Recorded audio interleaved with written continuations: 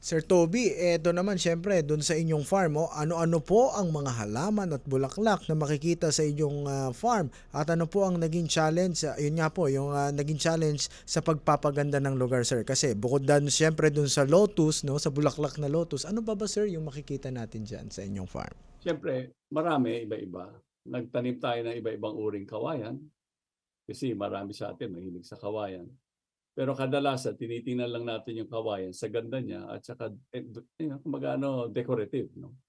Sa atin naman, ang ginawa ko, inalam natin kung anong mga uring kawayan at saka yung function niya, kung paano siya gagamitin. So, meron kaming 22 variety ng kawayan ngayon.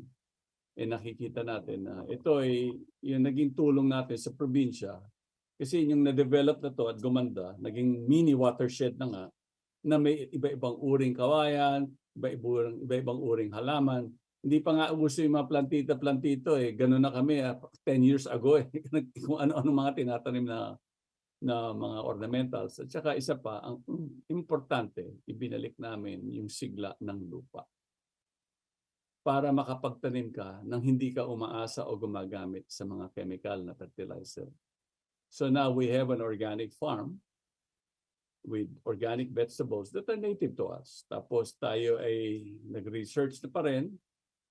Binalik ko yung mga dating tinatanim ng mga uring palay na masusustansya. Ito yung mga red rice, black rice, makukulay yan. Ito yung mga dati nating talagang native ng mga palay. Ibinabalik ko natin ngayon yan. So naging demonstration uh, farm at saka learning site itong lugar ko pagdating sa natural farming. So pagdating naman sa mga ornamentals, yung mga mahihilig magtanim ng ornamental plants, Mhm. iba-ibang uring halamang gubat at saka siyempre rin magtanim ng mga fruit trees. No? Mga fruit trees na adapted dito sa ating lugar. So yan ang ating ginagawa. So naging agroforest siya. Mm. Agroforestry. At saka dahil dito nga, ang naging trabaho ko sa consultation sa aming probinsya sa La Union had to do with agriculture and tourism. My exposure to farm tourism went back way back during the time of President Ramos. So naging programa ng DOT niya noong panahon na yun, yung farm tourism. So yung to conceptualize the whole program, in-adapt ko naman dito yan. Kaya napangalan namin yan, agritourism. Ito ay sumikat no, dito sa aming probinsya. Ito ay naging pinaka-vision ng mga nakaupong liderato.